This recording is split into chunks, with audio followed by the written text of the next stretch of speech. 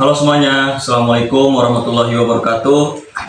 Selamat datang di podcast kita. Jadi di sini kami bakal sharing atau bakal cerita-cerita tentang pengalaman kami dalam memulai bisnis kami. Sebelum kita lanjut, kami akan perkenalkan terlebih dahulu. Perkenalkan nama saya Syahrul. Saya Muhammad Regifan Hidayat. Saya Rahmiatul Zuriat. Saya Indah Novitasari. Nah, buat teman-teman yang mau tahu gimana lanjutan kita bisa berbisnis atau pernah punya pengalaman bisnis, mungkin kalian bisa dengarkan sampai habis ya. Mungkin sebelum itu kita mulai dari pengalaman Regifan. Ya, dari Mas Regifan mungkin kita pengen tahu nih bisnis apa yang sekarang dijalani.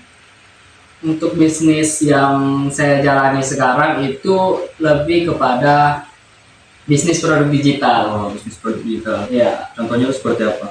contoh daripada di bisnis produk digital itu kita membuat satu produk yang mana produknya ini produk digital seperti template, e-book. Nah, itu contohnya seperti itu. Jadi cara jualnya itu gimana? Cara jual produk digital itu ada banyak caranya, tapi saya memakai satu platform yang platform ini itu miliknya orang Indonesia, namanya Link ID. Nah, setelah kita membuat produknya, kita masukkanlah ke situ ke dalam platform jual produk digital itu. Nah, Itu bisnisnya kamu promosikan ke orang atau cuma posting aja di link tadi? ini bagus nih pertanyaannya. Jadi bisnis produk digital itu, ini kan di Link ID itu kan hanya sebuah platform. Jadi kalau kita tidak mempromosikan apa yang kita jual, itu tidak ada yang tahu kalau kita punya produk dalam situ. Jadi untuk supaya orang bisa membeli, bisa tahu kalau kita punya produk di situ, kita harus mempromosikannya. Ada beberapa cara. Yang pertama, kita harus membuat video promosi itu melalui TikTok, karena zaman sekarang itu kan pengguna TikTok itu banyak sekali. Ya, betul. Nah, itu salah satunya. Dan juga ada banyak orang yang melakukan promosi itu menggunakan Meta. Menggunakan Meta dia promosikannya.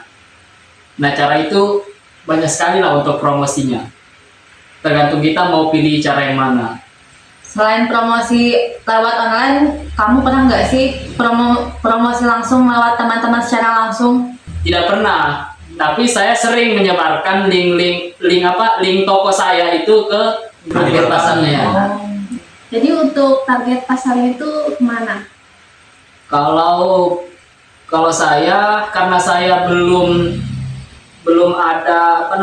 ada membuat produknya, jadi untuk target saya itu belum ada.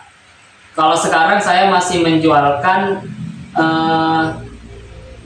produk-produk orang, afiliat lah istilahnya. Saya masih menjadi afiliat di situ. Nah, tapi kalau saya sudah ada produknya, itu untuk target pemasarannya mungkin untuk semua orang. Karena rencana saya ke depan itu untuk membuat yang pertama, membuat panduan untuk orang-orang yang juga ingin ikut belajar bisnis produk digital. Terus juga membuat template Canva. Terus juga e-book. Terus juga stiker. Jadi targetnya itu keempat produk ini bisa ke semua kalangan. Terus gimana cara Regifan ini mengatur waktu? Kan lagi kuliah kan? Ya. Gimana cara mengatur waktu dibarengi bisnis ini? Kalau mengatur waktu, yang namanya bisnis produk digital itu kan kita tidak seperti yang bisnis fisik ya. Kita harus mengantarkan pesanan orang, kita harus kesana kemari lah untuk menjalankan bisnisnya. Kalau bisnis produk digital ini kita bisa buatnya di rumah, ketika tidak kuliah, uploadnya di rumah, terus ditinggal aja. Oh, Ditinggal tunggu ada yang beli, tunggu ada pembelinya. Jadi itulah enaknya bisnis produk digital. Saya mau nanya tentang untuk apa ya? Ini kan kamu tadi ada bilang kalau misalnya kamu lagi jual produk orang lain ya. Ya, Nah, untuk pembagiannya itu gimana? Pembagian hasilnya? untuk pembagian hasilnya itu jadi begini. Misalnya nih, Indah bikin produk digital nih. Terus dimasukkan di situ kan ada apa namanya, kayak fitur-fiturnya. Nah, di situ ada fitur affiliate.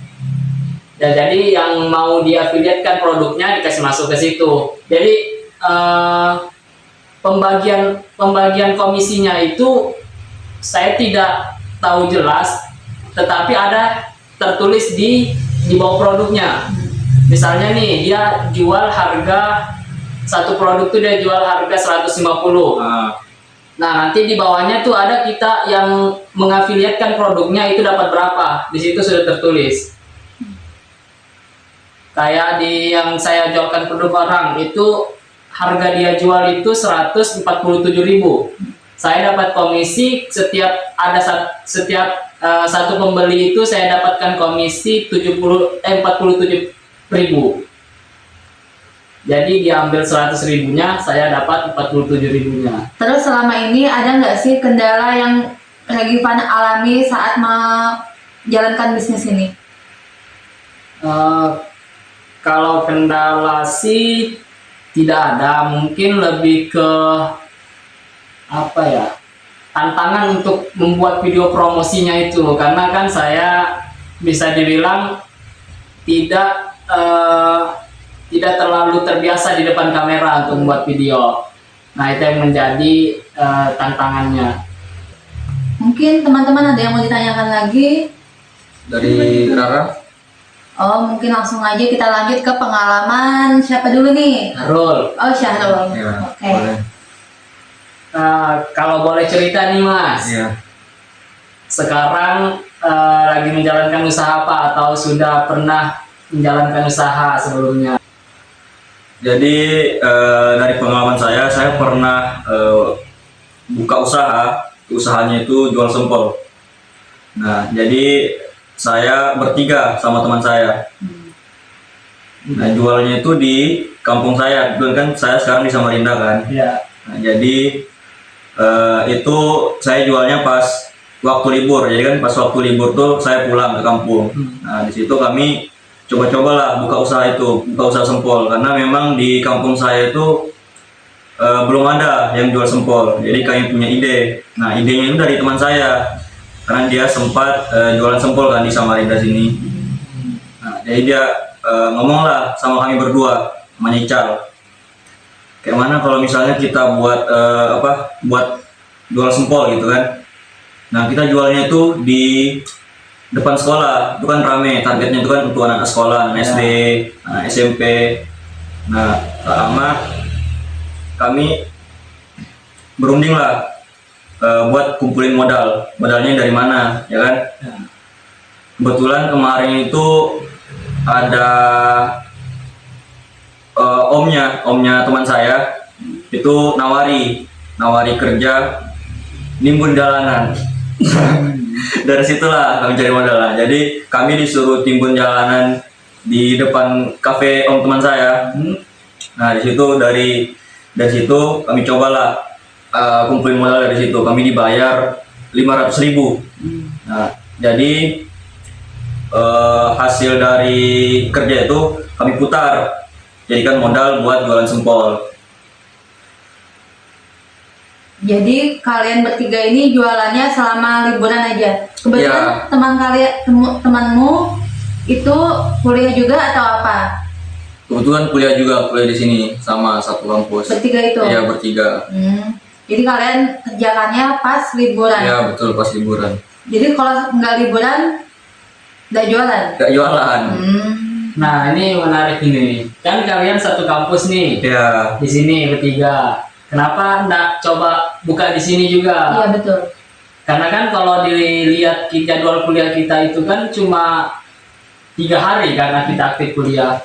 Nah di sisa hari yang 4-nya ini, kenapa nggak coba buat usaha itu juga dijalankan di sini? Sebenarnya pengen, tapi dua orang teman saya ini punya kesibukannya masing-masing. Nah, dari Ical ini kan memang sibuk, bukan hanya sibuk di kampus saja belajar, tapi dia sibuk juga dengan organisasi luarnya, organisasi di dalam kampus. Dan kebetulan juga dia Maksim. Dia memang susah untuk meluangkan waktunya. Nah, untuk Daniel sendiri ini teman saya yang satu, sebenarnya dia ACC aja sebenarnya. Jadi mau aja.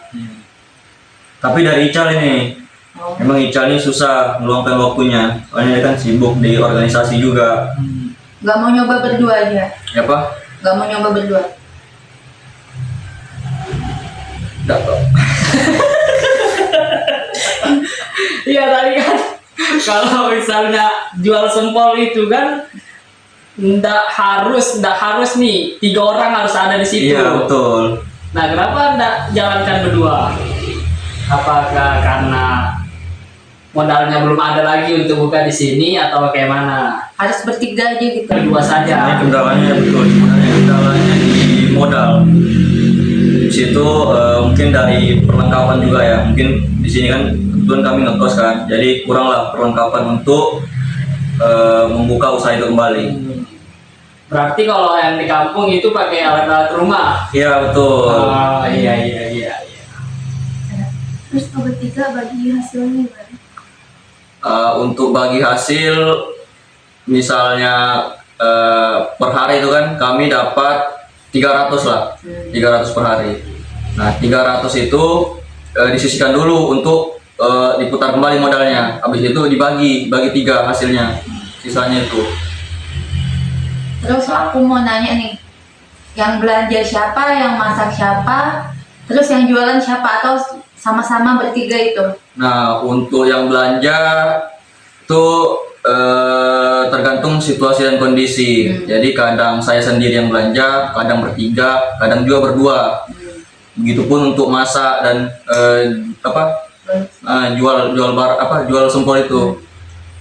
Jadi tergantung situasi dan kondisi.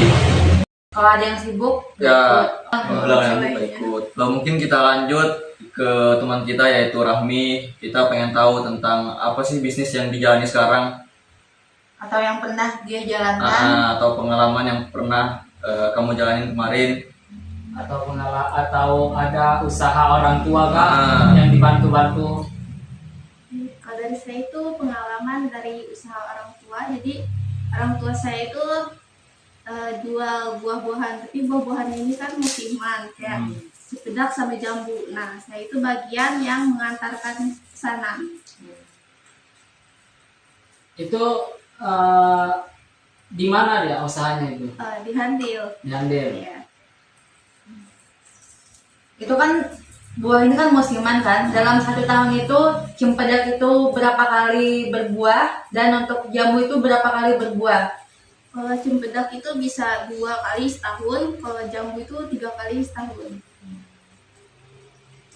Berarti jualan itu misalnya per anu ya? Kalau ada buahnya, kalau nggak ada enggak. Terus gimana cara orang tua atau Rara mempromosikan hasil panennya ini dengan cara jualan di pasar kah, atau posting di sosial media gimana? Atau punya toko? Ya, kalau toko belum. Tapi dipromosikannya itu lewat story WhatsApp. Nah, nanti dia tuh kayak ada yang pesan di WhatsApp baru diantar. Ada juga pesan tapi ngambil sendiri. Gitu. Oh berarti mempromosikannya itu kayak terbatas lah ya. Soalnya kan WhatsApp itu kan hanya orang-orang tertentu yang ada dalam situ kan. Beda Terus dengan Instagram, TikTok ya kan. ya, terus ada juga kayak orang yang memang langganan, dia tuh memang punya usaha jualan juga, ngambil ke saya. Jadi itu paling banyak sih karena dia buka usaha. Nah, orang ini ngambilnya juga harganya tuh harga jual, nggak tawar permintaan rendah, enggak.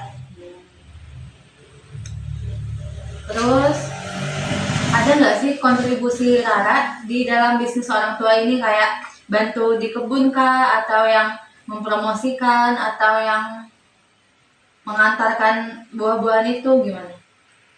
Nah, kalau saya sendiri itu bagian mengantar. Terus ada nggak sih ongkirnya gitu? Nah, kalau misalkan jambu itu kan kadang ngambil itu paling 20 kilo sehari itu. Nah, terus diposting, sekali posting itu paling cuman kayak tetangga-tetangga sudah habis gitu loh, nggak sampai jauh. Jadi yang ngantar cuman di tetangga-tetangga, jadi nggak dikasih ongkos gitu. Nah, tapi kalau cempedak, karena harganya lebih mahal daripada jambu, kalau jambu itu 20, kalau cempedak itu 15 sampai 40, Itu 45. per kilo. Kalau jambu itu sekilo 20. Berarti jualnya per kilo ya? Ya, kalau cempedak itu Per biji. per biji. Kalau kecil 15. Kalau yang gede 40, kadang 45. Nah gitu. Kalau cempedak itu kan buahnya gede kan. Betul. Jadi yang kecil-kecil kalau tetangga, kalau gede-gede itu kan kadang ada pasti sisa. Nah, itu bisa ke jauh-jauh. Nah, itu baru saya yang antar. Kalau saya antar, sekali ngantar satu rumah 10.000. Buah-buah yang dijual itu buah apa aja? Cempedak sama jambu ya. Sumber sama jambu aja. Kami pengen tahu mungkin ada kendala selama apa dijalani itu usaha itu. Kalau pribadi sih pernahnya miskom ya, karena kan pesannya lewat ke mama saya. Nah, saya ngantar mama saya, dia sudah komunikasi sama mama saya, bilnya di 60.000. Pas saya antar dia ngasih 50.000. Saya bilang, ini tadi dibilangnya 60, baru ibunya bilang sama saya 50, karena saya mas debat ya sudah 50 aja. Terus ada nggak sih kendala yang gagal panen gitu? Atau selama ini alhamdulillah panen terus? Alhamdulillah sih panen terus. Terus kalau misalkan ada yang kalau cempedak itu kan, kalau misalkan ada yang nggak bagus isinya masih bisa kulitnya kan. Ya. Nah, Iya. jadi kulitnya bisa dijual masih. Nah, Jadi isinya itu dibuang. Iya kan nggak bagus bisa. untuk kulitnya itu jualnya tuh per apa? Dikira-kira aja. Ini dari kalian yang tentukan ya. Kalau orang misalkan mau beli 15.000, kan kita ngira-ngira mau ngasih berapa gitu. Banyak aja yang beli tuh kulit. Banyak. Karena kulitnya ini bisa dijadikan makanan juga, makanan khas Kalimantan lah, itu namanya mandai kalau orang Kalimantan bilang. Ada juga tuh yang kerupuk. Jadi kerupuk kan? Kerupuk ya, kulit cempedak. Ya, betul. Iya kan kerupuk kan? Ya kerupuk tuh ada. Sembarangnya. Memang betul ada. Kerupuk kulit apa cempedak itu biasanya di daerah Haltara tuh ada yang jual. Karena kan mayoritas di sana itu memang petani ya. Jadi untuk kayak sayur, terus buah-buahan tuh memang tempatnya di sana. Tempatnya ini durian. Ya, durian. Di sana kalau jual durian itu, kalau misalnya kita ke kebunnya nih, dia cari sendiri. Dari 10.000, cuma cari sendiri 10.000 ya sepuasnya, cuma cari sendiri yang jatuh-jatuh di duriannya. Oh, di sana. Ya, mungkin kita lanjut ke teman kita Indah. Kita pengen tahu tentang pengalaman Indah dalam dunia bisnis. Mungkin sekarang bisnis apa yang sedang dijalani, atau mungkin ada pengalaman berbisnis? Kalau untuk sekarang ini saya nih masih fokus kuliah dan sambil bantu orang tua juga jualan di toko. Itu toko mainan. Tapi di sini saya mau ngobrol tentang bisnis yang pernah saya jalani aja, yaitu online shop. Saya itu pernah punya online shop. Saya jualan itu dari tahun 2018 sampai 2023. Itu 2018 saat saya masih MTS. Karena pas masa itu tuh lagi booming-boomingnya barang-barang online shop kan. Jadi saya maulah gitu jualan online shop dengan cara ngambil di Shopee, terus saya jual ke teman-teman saya. Jenis barangnya tuh apa yang dijual?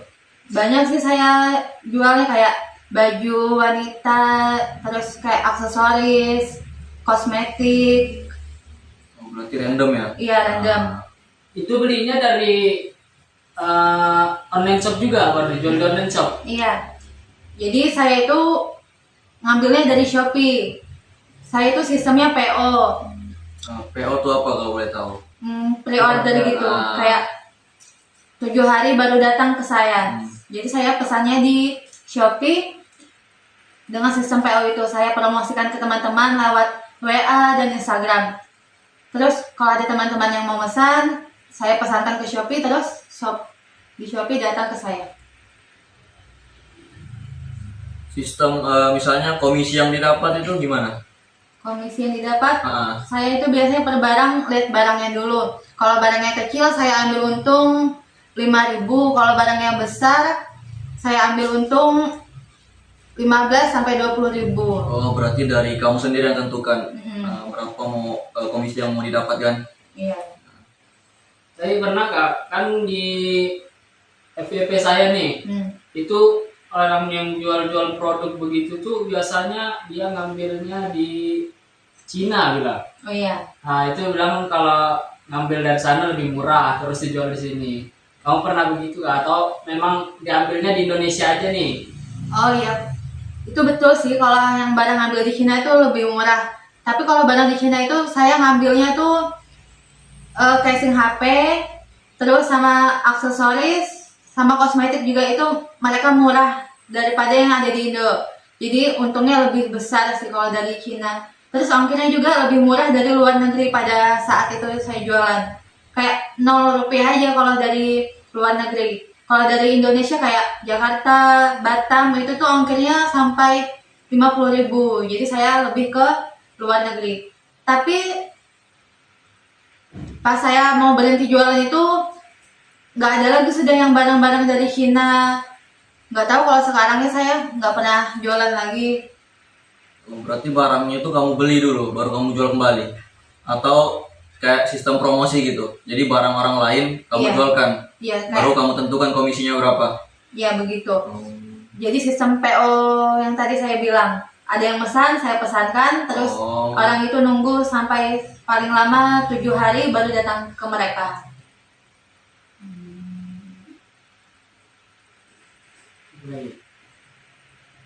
Apa? Iya.